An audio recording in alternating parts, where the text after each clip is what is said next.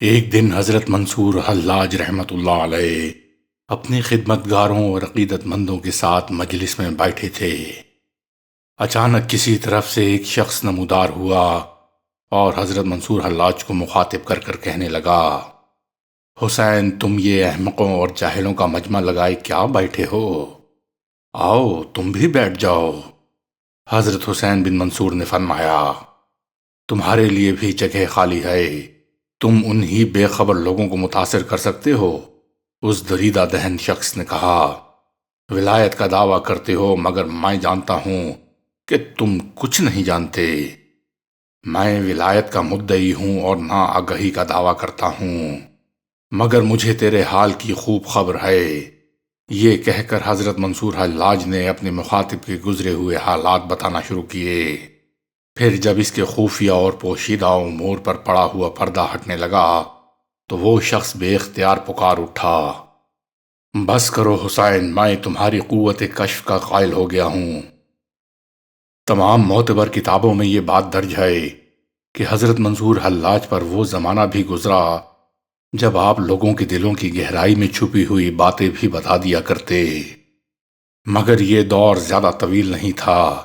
لوگ تنگ کرنے لگے تو آپ نے خاموشی اختیار کر لی اور مستقبل کا حال بتانا چھوڑ دیا۔ جب آپ کی شہرت زیادہ بڑھی تو مخالفین کی تعداد میں بھی اضافہ ہوتا چلا گیا اور حاسدوں نے عجیب عجیب انداز سے آپ کو ستانا شروع کر دیا۔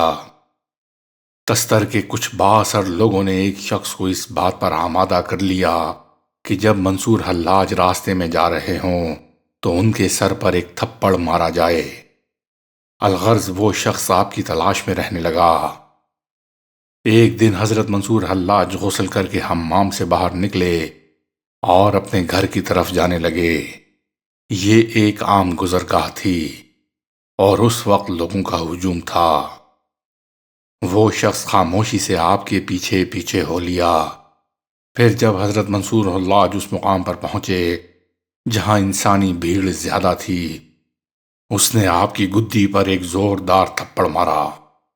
حضرت منصور حلاج اس بےہودگی کی توقع نہیں رکھتے تھے، اس لیے برہم لہجے میں فرمانے لگے: اے شخص، تو نے مجھے کیوں مارا ہے؟ کیا میری ذات سے تجھے کوئی تکلیف پہنچی ہے؟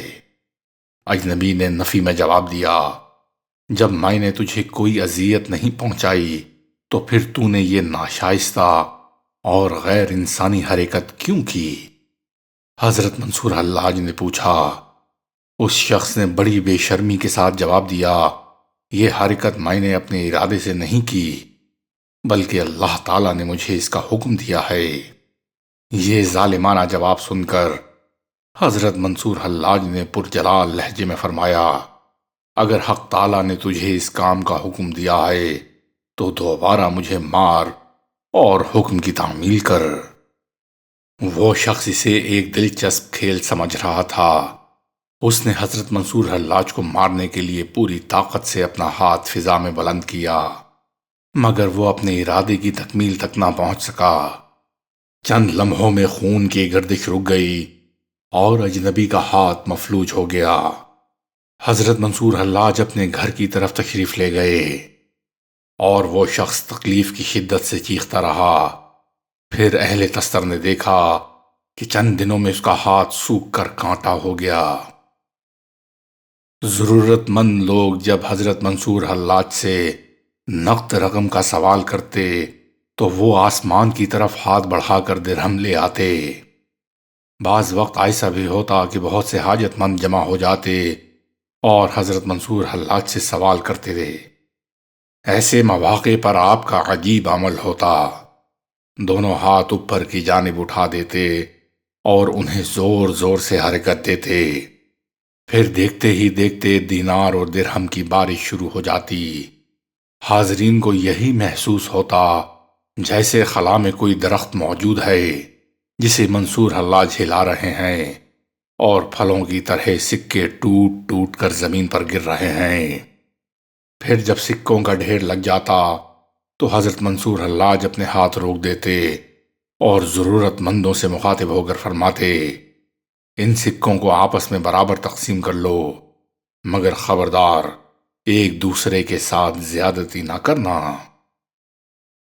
حضرت منصور حلاج کی اسی قسم کی کرامات کو علماء اور مخالفین کی جماعت نے شعبدہ بازی اور ساحری سے تعبیر کیا۔ یہ اسی زمانے کا واقعہ ہے جب حضرت منصور حلاج دستر میں سکونت پذیر تھے۔ ایک دن درویشوں کی ایک جماعت آپ کی خدمت میں حاضر ہوئی اور مالی امداد کی درخواست کرنے لگی۔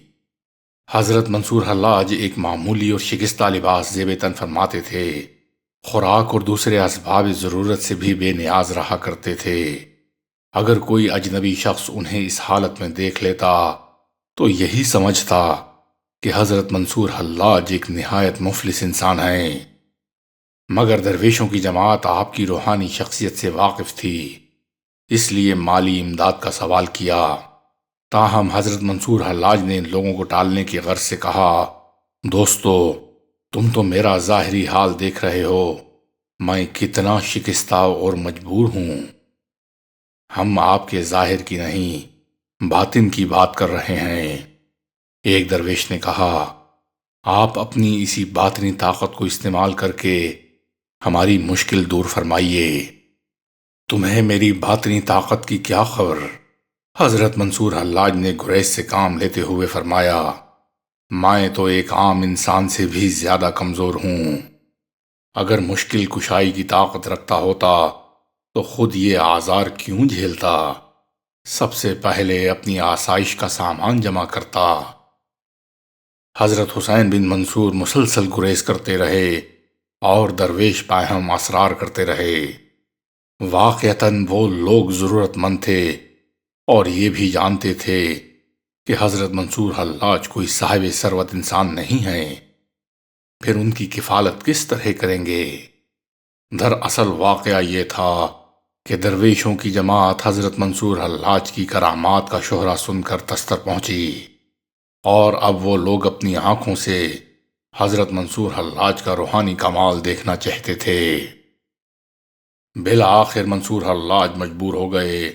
آپ نے اپنے خدمتگاروں سے پوچھا، اس شہر میں ایسا کون آسودہ حال شخص ہے جو ہمارے مہمان درویشوں کی مالی ضروریات پوری کر سکے؟ حضرت منصور حلاج کی خدمتگار اس سوال کا جواب دینے سے قاصر رہے۔ پھر ایک خادم نے کھڑے ہو کر نہایت ادب سے عرض کیا، دستر میں ایک آتش کدہ ہے جہاں مجوسی لوگ قیمتی نظریں اور کچھ تحائف پیش کرتے ہیں۔ حضرت منصور حلاج کچھ دیر تک سوچتے رہے اور پھر مہمان درویشوں کو مخاطب کر کے کہنے لگے، میرے ساتھ آؤ، اب یہ آتش پرست ہی تمہاری ضروریات پوری کریں گے۔ حضرت منصور حلاج کی بات سن کر درویشوں کی جماعت حیران رہ گئی۔ رات کا وقت تھا۔ حضرت حسین بن منصور اپنی خانقاہ سے باہر آئے اور آتش کدے کی طرف روانہ ہو گئے۔ درویشوں کی جماعت آپ کے پیچھے پیچھے تھی، مگر اس پر شدید حیرت و سکوت کا عالم طاری تھا۔ مختصر یہ کہ طویل فاصلہ طے کرنے کے بعد حضرت منصور حلاج آتش کدے کے قریب پہنچے۔ دور دور تک سناٹا طاری تھا، مگر آتش کدے کے دروازے پر ایک محافظ پہرا دے رہا تھا۔ اس نے کچھ مسلمانوں کو اپنی عبادت گاہ کی طرف آتے دیکھا تو اونچی آواز میں بولا، تم لوگ کہاں جا رہے ہو؟ ہم لوگ آتش کدے کے اندر جانا چاہتے ہیں۔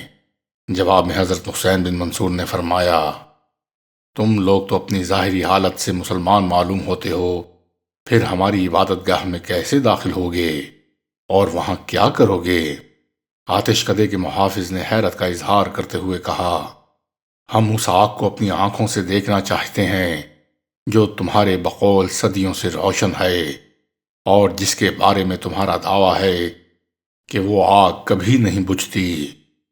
حضرت حسین بن منصور نے فرمایا، مگر اس وقت تم آگ کا مشاہدہ نہیں کر سکتے۔ آتش کدے کے محافظ نے کہا، حضرت منصور حلاج نے سبب پوچھا تو محافظ نے بتایا کہ آتش کدہ بند ہے، تم ہمارے لیے اپنی عبادت گاہ کا دروازہ کھول دو۔ حضرت منصور حلاج نے فرمایا، میں مجبور ہوں۔ آتش کدے کے محافظ نے کہا، اس لیے کہ معبد کی چابی میرے پاس نہیں ہے۔ حضرت منصور حلاج نے دروازے کی طرف دیکھا جس پر ایک بھاری تالا پڑا تھا۔ پھر چابی کس کے پاس ہے؟ آتش کدے کی چابی بڑے پجاری کی تحویل میں رہتی ہے۔ محافظ نے جواب دیا، تمہارا بڑا پجاری کہاں ہے؟ اس سے چابی لے آؤ۔ حضرت منصور حلاج نے فرمایا، آدھی رات ہو چکی ہے، بڑے پجاری آرام کر رہے ہوں گے۔ آتش کدے کے محافظ نے کہا، ان کو اس وقت جگایا نہیں جا سکتا، اور پھر اس کی ضرورت بھی نہیں ہے۔ تم لوگ دن کے اجالے میں کسی وقت آنا، میں تمہیں آگ کا دیدار کروا دوں گا۔ ہم لوگ طویل فاصلہ طے کر کے یہاں تک پہنچے ہیں۔ محافظ کا جواب سن کر حضرت منصور حلاج نے فرمایا، جب ہم نے اس قدر مشقت اٹھائی ہے تو پھر یہ ممکن ہی نہیں کہ ہم آگ کا مشاہدہ کیے بغیر واپس چلے جائیں، تو پھر مجبوری ہے۔ آتش کدے کے محافظ نے معذرت خواہانہ لہجہ اختیار کرتے ہوئے کہا، مگر ہم با فضل خدا مجبور نہیں ہیں۔ حضرت منصور حلاج نے فرمایا، اس وقت آپ ایک لمبی عبا پہنے ہوئے تھے۔ دروازے کی طرف دیکھا اور عبا کی آستین کو جھٹکا۔ دیکھتے ہی دیکھتے تالا کھل گیا۔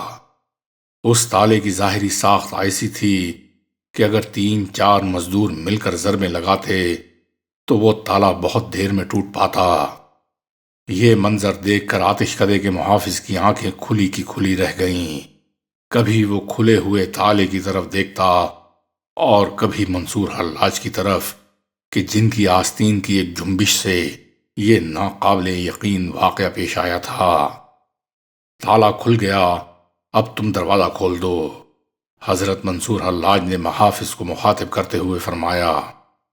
محافظ پر خوف طاری تھا، وہ لرزتے قدموں سے آگے بڑھا اور اس نے معبد کا دروازہ کھول دیا۔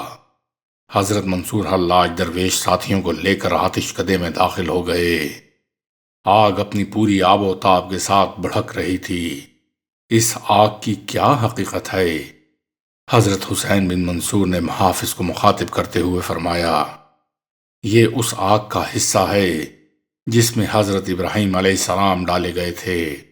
آتش کدے کے محافظ نے حضرت منصور حلاج کے سوال کا جواب دیتے ہوئے کہا، ہم لوگ اس آگ سے برکت حاصل کرتے ہیں اور مجوسی اس آگ کو لے کر مختلف ممالک میں جاتے ہیں اور نئے آتش کدے آباد کرتے ہیں۔ یہ آگ بجھتی بھی ہے یا نہیں، یا اسی طرح روشن رہتی ہے؟ حضرت منصور حلاج نے محافظ سے دوسرا سوال کیا۔ یہ آگ ہمہ وقت روشن رہتی ہے، محافظ نے جواب دیا۔ ہمارے پیشواؤں کا کہنا یہ ہے کہ یہ آگ اس وقت بجھے گی جب زمین پر قیامت کا نزول شروع ہو جائے گا۔ حضرت منصور حلاج نے بھڑکتی ہوئی آگ پر ایک نظر کی اور محافظ سے مخاطب ہوئے، تمہاری روایتوں کے مطابق کیا کوئی شخص ایسا ہے جو اس آگ کو بجھانے کی قدرت رکھتا ہو؟ ہم نے اپنی کتابوں میں پڑھا ہے کہ حضرت عیسیٰ علیہ السلام کے سوا کوئی ہستی اس آگ کو بجھانے کی طاقت نہیں رکھتی۔ آتش کدے کے محافظ نے جواب دیا۔ حضرت منصور حلاج نے دوبارہ آگ پر نظر کی اور اپنی آستین کو جھڑک دیا۔ دوسرے ہی لمحے وہ بھڑکتی ہوئی آگ بجھ گئی اور حضرت حسین بن منصور کے ہمراہ آنے والے درویش حیرت زدہ رہ گئے۔ یہ منظر دیکھ کر آتش کدے کا محافظ چیخنے لگا، قیامت آ گئی، قیامت آ گئی۔ حضرت منصور حلاج نے محافظ سے پوچھا، تو کس قیامت کی بات کر رہا ہے؟ وہی قیامت جسے ایک دن آنا ہے۔ محافظ کی چیخوں میں اضافہ ہو گیا تھا۔ اللہ تعالیٰ نے کہا ہے کہ وہی قیامت کی گھڑی ہوگی جب مشرق و مغرب میں مجوسیوں کی آگ بجھا دی جائے گی۔ تمہارا عقیدہ کچھ بھی ہو، مگر ہمارے نزدیک ابھی قیامت نہیں آئی ہے۔ حضرت منصور حلاج نے محافظ کی چیخیں سن کر فرمایا، کیا اس آگ کو دوبارہ روشن کیا جا سکتا ہے؟ اس ذیل میں تمہاری کتابیں کیا کہتی ہیں؟ ہماری کتابوں میں واضح طور پر تحریر ہے کہ اس آگ کو وہی شخص دوبارہ روشن کر سکتا ہے جو بجھانے کی قدرت رکھتا ہو۔ آتش کدے کے محافظ نے خوف و دہشت سے لرزتے ہوئے کہا، پھر تم اس شخص کو پکارو جو بجھی ہوئی آگ کو روشن کر سکے۔ یہ کہہ کر حضرت منصور حلاج واپس جانے لگے۔ آتش کدے کے محافظ نے گھبرا کر حضرت حسین بن منصور کا دامن پکڑ لیا اور گریا اور زاری کرنے لگا، یہ آگ تمہارے ہی ایک اشارے سے بجھی تھی اور تم ہی اسے دوبارہ روشن کر سکتے ہو۔ حضرت منصور حلاج محافظ کی آہ و فغاں سن کر خاموش رہے۔ آتش کدے کا محافظ زار و قطار رو رہا تھا۔ آخر حضرت منصور حلاج نے فرمایا، تیرے پاس کوئی ایسی چیز ہے جو ان درویشوں کو پیش کی جا سکے؟ میرے پاس دیناروں سے بھرا ہوا ایک صندوق ہے، آتش کدے کے محافظ نے کہا۔ تو پھر وہ صندوق اٹھا لا اور میرے مہمانوں کی خدمت میں پیش کر دے۔ حضرت حسین بن منصور نے فرمایا، تو پھر میں تیرے معبد کی بجھی ہوئی آگ کو دوبارہ روشن کر دوں گا۔ محافظ خوشی خوشی دوڑتا ہوا گیا اور صندوق اٹھا لایا۔ واقعتاً وہ دیناروں سے بھرا ہوا تھا۔ اس کے سوا معبد میں کوئی ایسی چیز موجود نہیں جو تمہارے مہمانوں کو پیش کی جا سکے۔ محافظ نے معاذرت کرتے ہوئے کہا، بس یہ دینار کافی ہیں؟ حضرت منصور حلاج نے فرمایا اور اپنا ہاتھ فضا میں بلند کر کے آستین کو جھٹک دیا۔ مجوسیوں کے معبد کی آگ اسی شدت کے ساتھ دوبارہ بھڑکنے لگی۔ یہ منظر دیکھ کر آتش کدے کا محافظ حضرت منصور حلاج کے قدموں میں گر پڑا اور نہایت عاجزانہ لہجے میں بولا، میں آپ کا شکریہ ادا کرتا ہوں۔ درویشوں پر شدید حیرت و سکوت کا عالم طاری تھا۔ وہ اس واقعے کو اپنی کسی خواب کا حصہ سمجھ رہے تھے۔ ان تمام دیناروں کو سمیٹ لو، تمہاری ضرورت پوری ہو گئی۔ حضرت منصور حلاج نے اپنے مہمان درویشوں کو مخاطب کرتے ہوئے فرمایا اور آتش کدے سے باہر نکل آئے۔